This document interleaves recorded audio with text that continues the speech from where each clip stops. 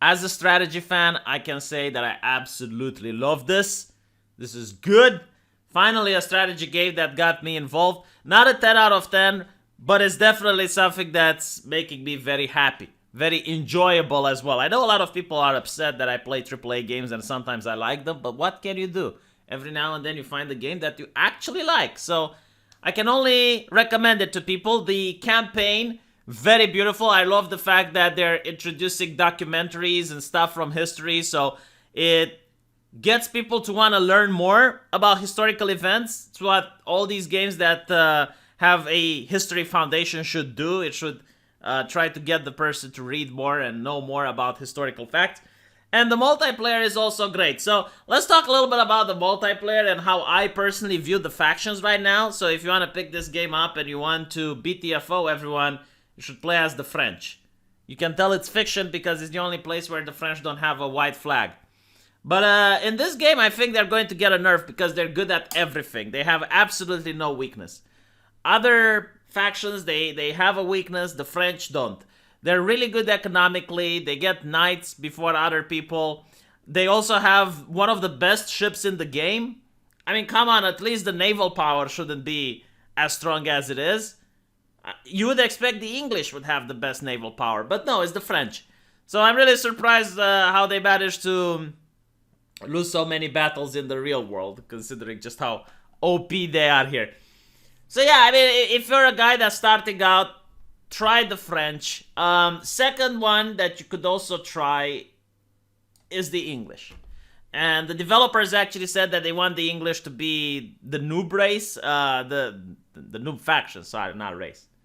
Are they a race though? They do have a racist flag, huh? But yeah, the English, they're really great because they focus a lot on defense. The archers are some of the best in the game, especially in the early periods.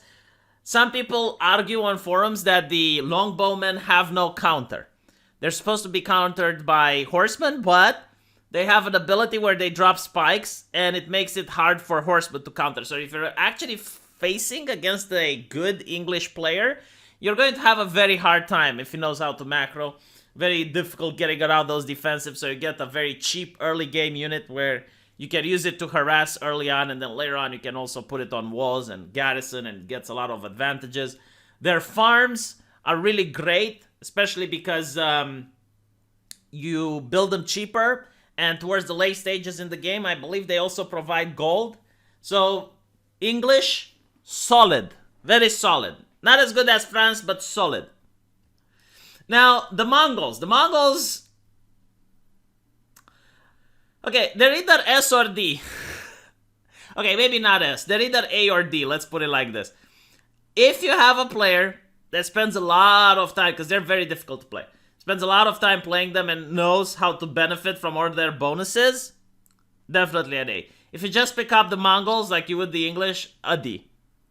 But I assume people who pick him up know how to play. The Mongols, definitely an A. They have some very, very strong units. The economy can also be booming if you know how to do it properly. And the horse archers, they're so annoying. They are so annoying because normally you counter horsemen with spears, but the horse archers, if they micro properly, and I think this is part of the Huns, they're a micro-intensive faction to play. But if you pull it off, you can be incredibly frustrating for your opponent. And you have so many openings. You have so many cool stuff you can do. You can do rushes. You can do a long game. Like that. I would probably have to make a video where I talk about strategy. But this is definitely a really cool faction. And what I like is that it's so different than all the others. The Germans. Man, the Germans are kind of meh. I mean, they're not bad. They don't have anything negative. I like the fact that they have the prelates, which is like a priest. So they have the priest early on, and they can inspire villagers to work harder so their economy is going to get a head start. But they don't really have something where they really shine on. I mean, yeah, okay, they have like infantry that's heavy, the heavy infantry, and that's kind of cool. But overwhelmingly, like compared to the other ones, not so much. But it's definitely better than what's going to come up. So I do think they're kind of in the middle. They're really good, I guess, at capturing. Like if you want to play where you capture the sacred sites. But honestly, I've been playing so often, and I've never seen anyone actually win by capping those sacred sites.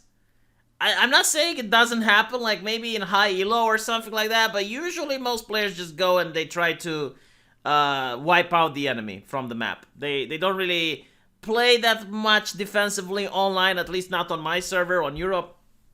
The people that I get matched with, I mean. They just like try to rush you and then they try to take you. I don't know how it's like in 2v2, 3v3, maybe like people there play the objectives, but yeah. So if you're trying to play the objectives, then maybe the Germans would be a little bit better because they get a head start, but other than that, no. The Chinese, I would say it's a C. Yeah, a C. They're really great late game. But in order to get to late game, you have to suffer. It's the suffering of the Chinese. You have to go through what the Chinese call the century of embarrassment. Yeah, they do have that, the century of embarrassment. You have to go through that, and usually you die by the time you go to the late stages. But if you do manage to go to the late stages, then you have access to some of the best siege weapons in the game. It's really fun. It gets to feel like you're playing a different game because you have access to gunpowder, and it's a lot more cool. But again, it's like getting to the late game that's the problem. So maybe like in a 3v3, the Chinese would rock, but in a 1v1, it's very difficult to pull them off. The Rus. Man, the Rus are either a B or an A. I would put them on B. But I do like the fact that they can expand very fast. So they have like the ability to gather gold from killing wildlife. So you go with the scout early in the game and you can get a very fast 200 gold, which will help you advance to the next stage. They can build their little shacks next to forests and it gives them extra gold. So they can make gold. Not as good as the French though, like the French are masters at making gold, but they're a close second, I would say. And they can also build additional town centers really easily. And I definitely like them. If you're the type of player that likes to expand and control all the map, then the Rus is definitely a good faction. Now, I get these two confused. One is with camels, one is with war elephants. I think this is the Delhi, right? Like, this is the one with war elephants. Like, if I confuse them, let me know. But if let's assume that this is with the war elephants, definitely a D. The war elephant is shit. Just utter shit. It consumes 3 population. It's very expensive. There's no reason why you'd get it over a trebuchet.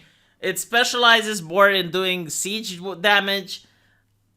It's not worth it. And they're the ones that have all their upgrades for free, which sounds kind of cool, right? Because you save resources, but then you realize, yes, the upgrade is free, but they're very slow to do. So I would rather pay money just to get the upgrade more faster than have to wait, especially in a game where you're facing off against an equally skilled opponent. Every upgrade is going to give you an advantage. They can speed up the upgrades by building mosques and placing a scholar into the mosque. But by the time you do that, you spend the amount of resources you do that could have been to just buy the upgrade and you'd have it faster. So I really don't like this faction. And finally, we get the ones with the camels. The ones with the camels, I would say a B. Especially, it can go to an A if you manage to have maps that have access to a lot of bushes, because they can collect food 25% faster from bushes. If you go against the French, they can also be an A because you get access to the camels, which are very good against cavalry. They're really good against the Mongols as well. And they're also very fun to play. So let me know what you think, and I'll see you guys in the comment section. Take care.